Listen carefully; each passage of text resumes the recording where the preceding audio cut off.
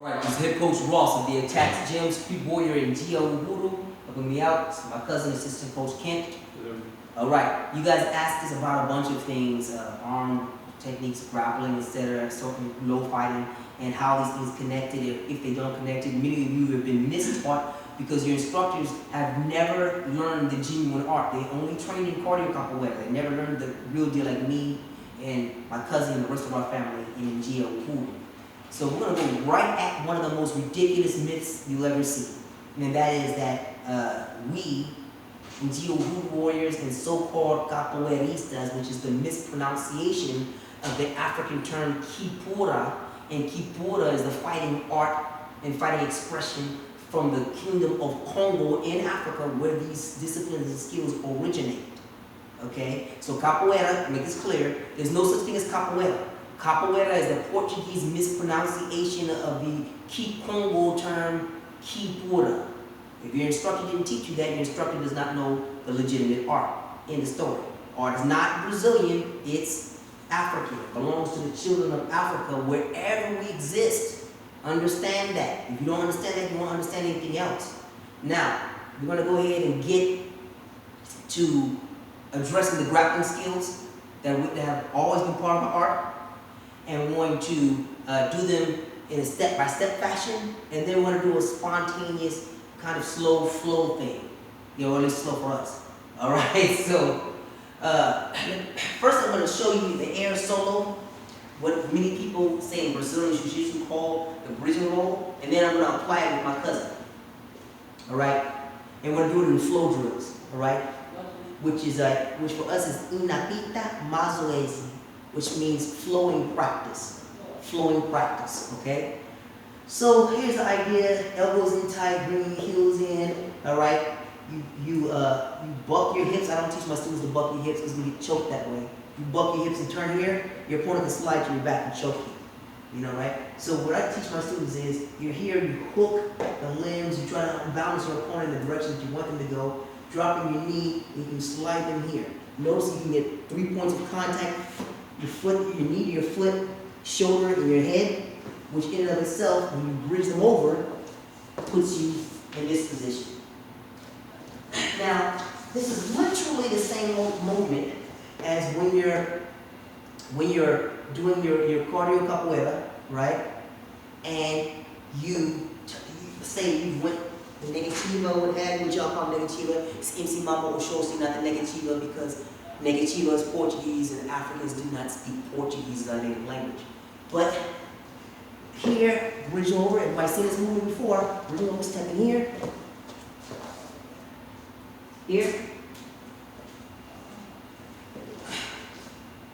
here, bridging, turning, this movement, bridging, turn. You've seen this many times. That is the same, that is just this motion from off your back. That's all it is. Same movement. Come on. Assistant Coach Kent's going to show it. We're going to apply it. And we're going to show the differences, the options you have when you apply it in the ways in which you're taught. I want to show you the primarily Brazilian Jiu-Jitsu way first. And it's very, very effective. It's very good. I love Brazilian Jiu-Jitsu.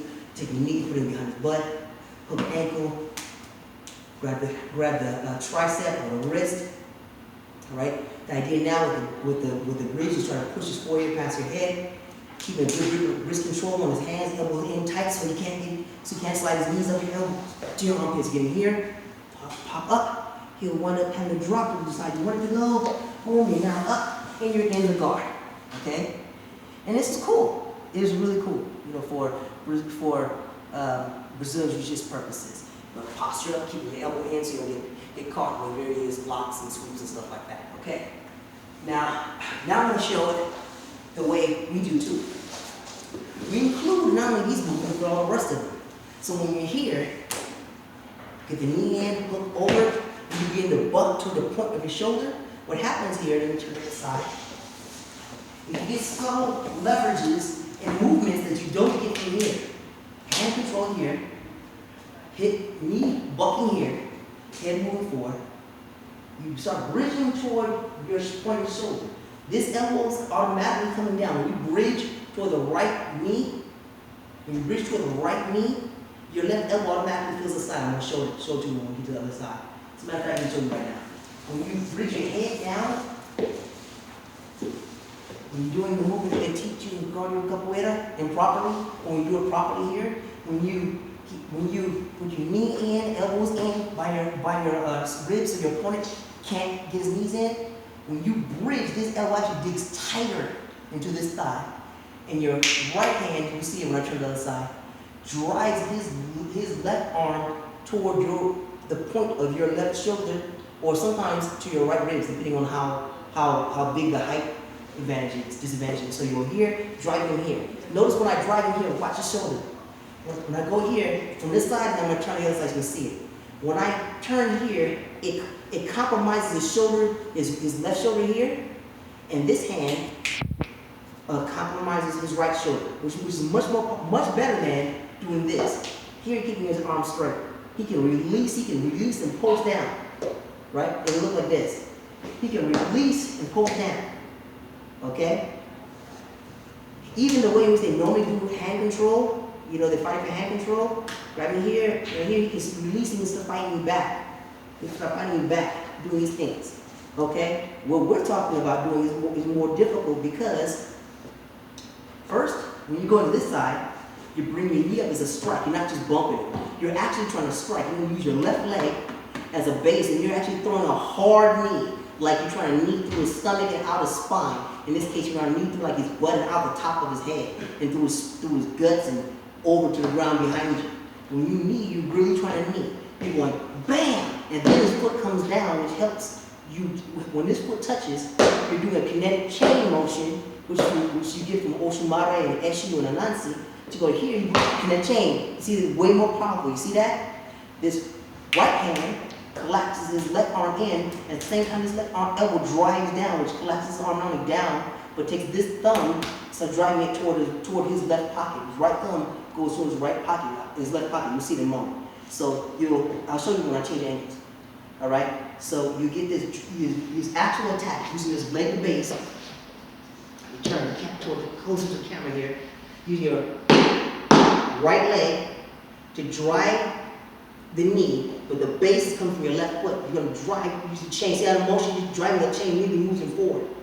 Immediately moves him forward. When you combine that with the knee, you get a very powerful effect that can launch him over your head right away, but you're still controlling his hands. If he's way more powerful than you, you still force a movement from him. If he's way bigger than you, you still force a movement from him because of where his balance is and your balance is. So when you whip and throw the knee properly, it looks like here. It looks like here, boom. And see that movement stops? This foot bases down immediately. Drop and you push. Bam. Now, right here, see what's happening here? Come over with this elbow right here. This, I'm collapsing his hand in. I'm driving my right elbow down toward his groin. This elbow is going right towards his groin. Boom, the head. Boom, goes to the head. So as I'm coming up, I'm already trying to pass. Whereas in BJJ, you roll all the way up, and they teach you go right and get caught in the guard. You get caught up in the guard. Here, you're striking immediately through the spaces in transition, and you're doing things that are illegal in Brazilian Jiu-Jitsu. So, us applying the technique properly, solo, when you're here, and you point the elbow down, this elbow, as you do this properly, move it properly, as they teach you to do, move it properly, what happens is your elbow automatically comes in and stops him from passing. This elbow immediately hits his arm. Watch. On this side, I'm not going to show you the right side, it makes a difference. Come here. All right? When you're doing this motion here and forcing his arm across, okay? You do this motion here, watch. Okay? You brought this knee up automatically using this as the base. You brought this knee up, boom, and base here. All right? This elbow is going to wind up striking the forearm, and this whole brace right here is going to collapse this side as you're pressing in with this arm. Because you're doing this motion, remember? So you're going here, boom, you hit. This elbow hits, it forces the release. You see that? That is what you want. If you align your forearm along this forearm, and you hit with your elbow, you're hitting with everything from your pinky through your forearm to his elbow. All right? The effect is you're on the ground and you just shoot, use a base to shoot this elbow right into his arm. He goes like, you buckling him here, and the last shot whips and forces his arm across. Tell him what it feels like. It don't feel good. There's a lot of force to it. Feel like it can possibly break or injure your elbows, like a hyperextension kind of feeling going on. That one. Exactly. That's the idea. The camera will come a little closer, please. That is the idea. It's very important. You know, it's very important that when he's grabbing me here, I'm showing you now.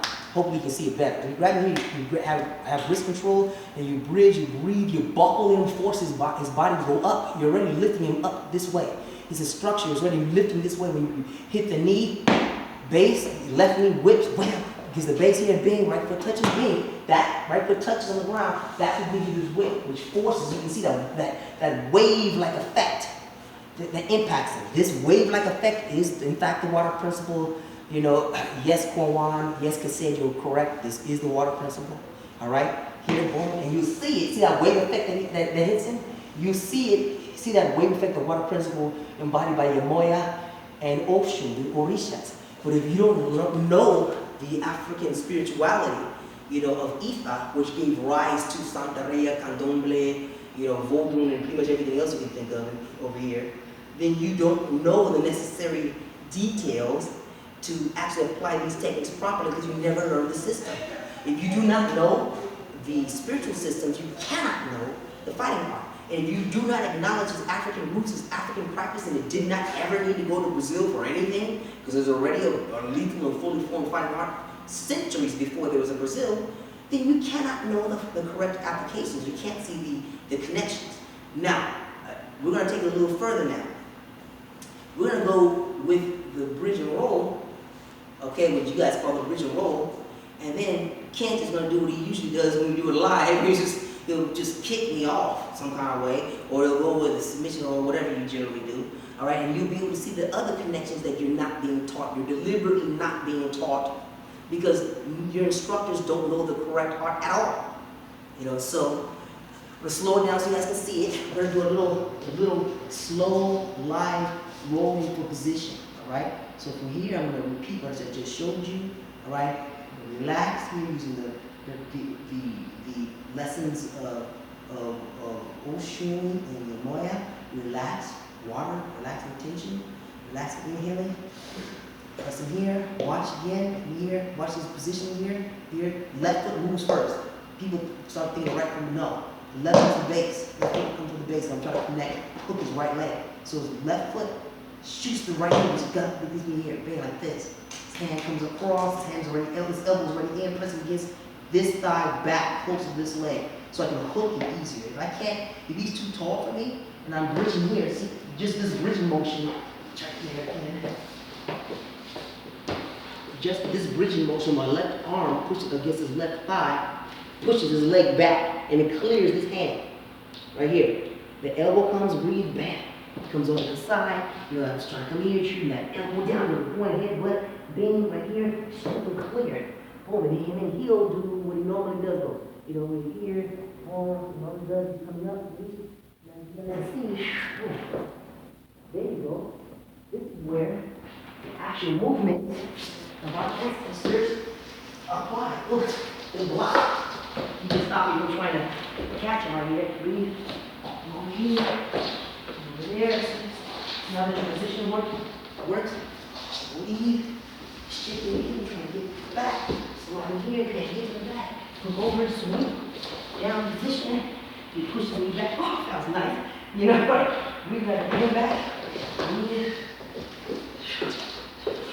You get the idea. Good work. All right. So, also notice that we're actually making contact with our light techniques. We weren't just throwing techniques to miss. We were hitting, pushing. If you do light contact in this area of the joint anyway, you can't get hurt. But you push your quadril really well, and you really get a good understanding of the techniques. In the last movement, I did pull the kick. So I was coming up, I aimed, I saw Kent has an earring in, I didn't want to knock out his earring. And he and he rewarded me for that with a half power frame in my chest and a punch to my stomach. So look at that. Play with it.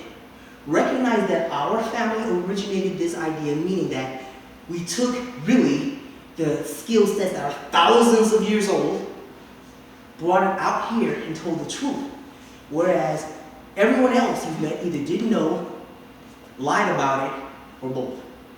All right, if you have any questions or comments, leave it at the end of this video. It's Head Coach Ross of the Tax Gym Street Warrior and Geo Guru. Help me out.